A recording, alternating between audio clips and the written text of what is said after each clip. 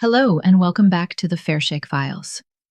In our last episode, we explored the chaos of the 1960s, the cultural tinderbox that was waiting for a spark.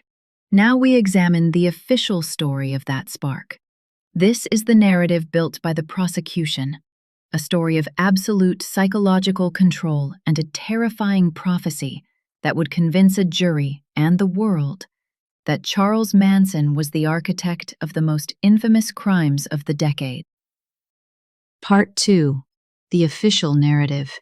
Helter Skelter.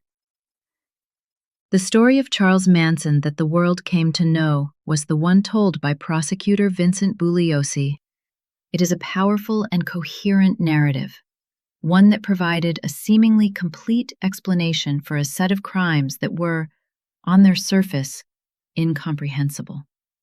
In the sweltering August of 1969, Los Angeles was a city teetering on the edge of a cultural precipice. The discovery of two brutal, seemingly unrelated massacres within 48 hours plunged the city into a state of paranoid terror.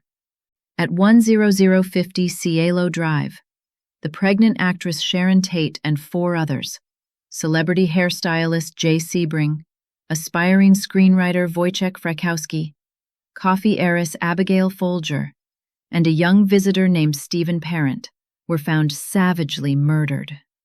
The next night, across town, supermarket executive Lino LaBianca and his wife Rosemary met a similarly gruesome fate. The scenes were not just violent, they were ritualistic, adorned with cryptic messages scrawled in the victim's blood. The central thesis of the prosecution was that Charles Manson, a man who physically killed no one during these events, was nonetheless the undisputed architect of the slaughter.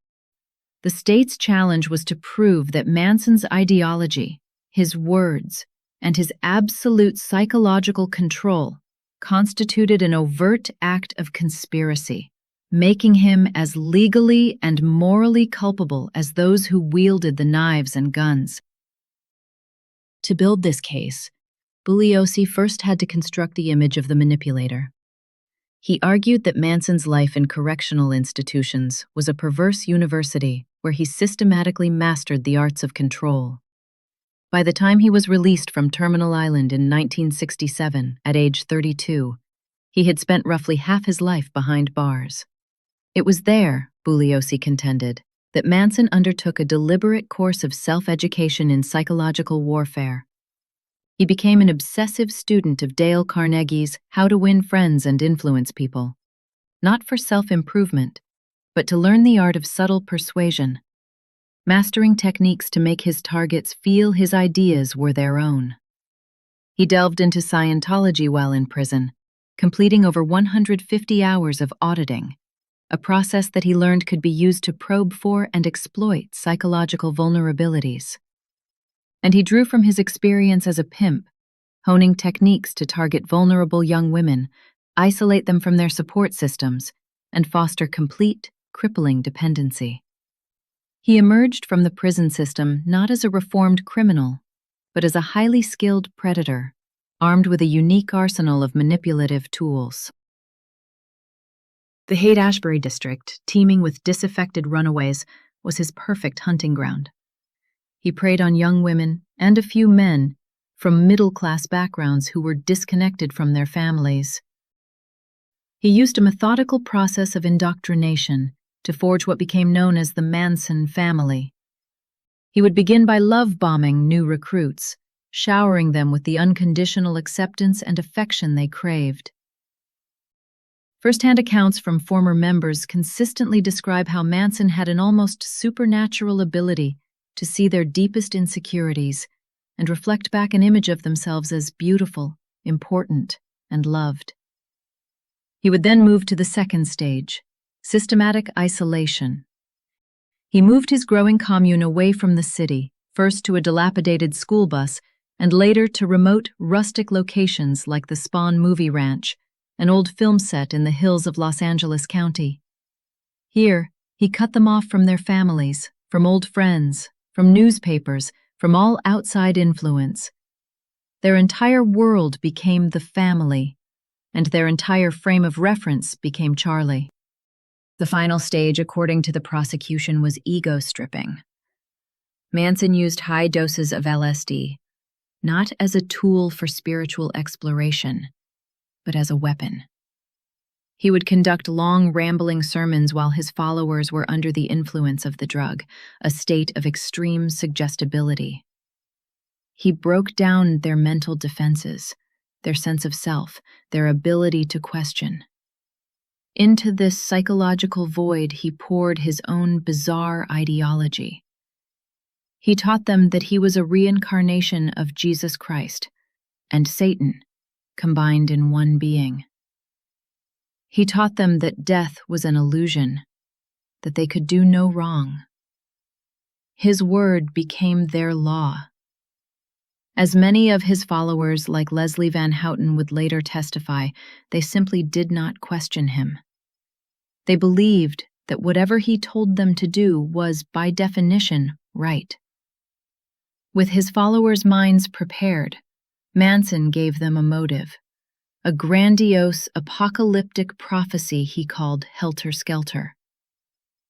He became obsessed with the Beatles' White Album, released in late 1968. He believed the band members were prophets, speaking directly to him through their lyrics, warning of an impending violent race war. He twisted the lyrics of songs to fit his vision.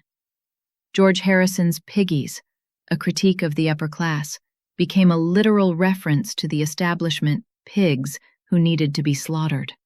He interpreted Blackbird, a song about the civil rights movement, as a call for Black people to rise up and begin the killing.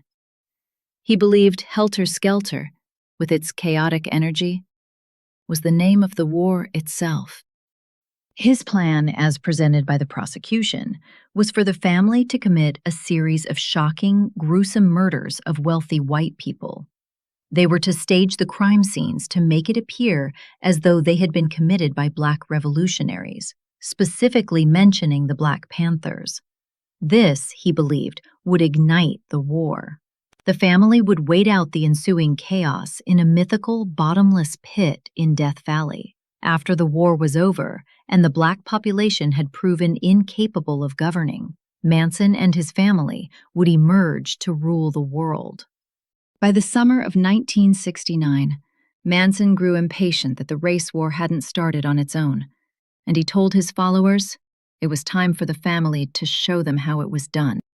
On the night of August 8, 1969, he sent 4 of his most loyal followers, Tex Watson, Susan Atkins, Patricia Krenwinkel, and Linda Kasabian, to the house at 150 Cielo Drive.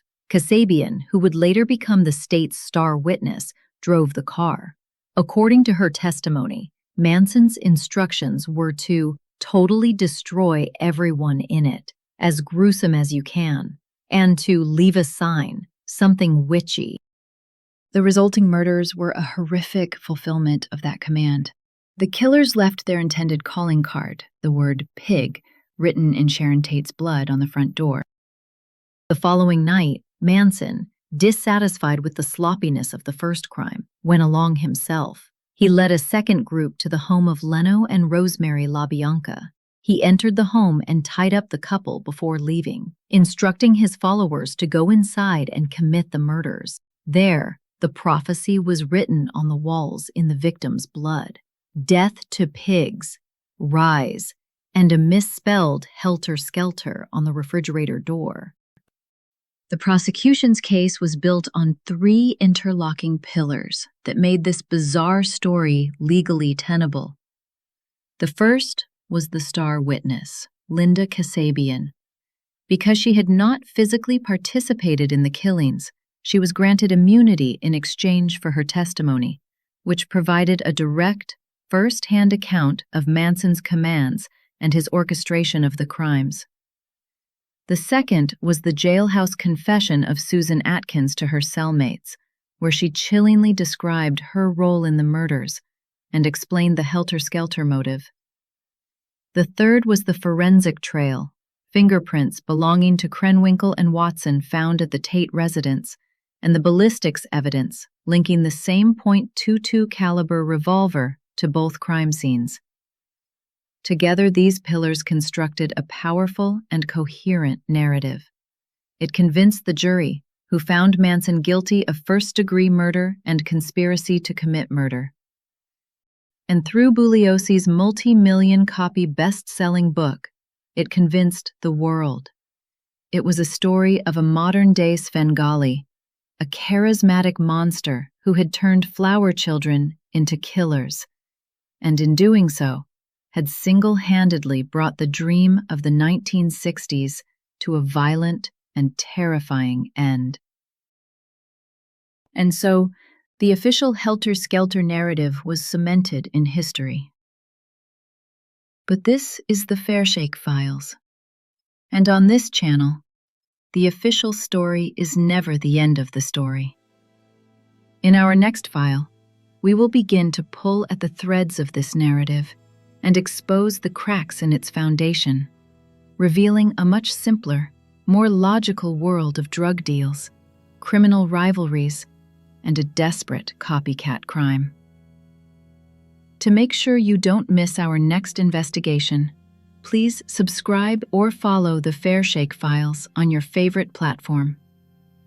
This series is available as both a video documentary on YouTube and as a podcast on Spreaker, Apple, Spotify, and all major podcast platforms.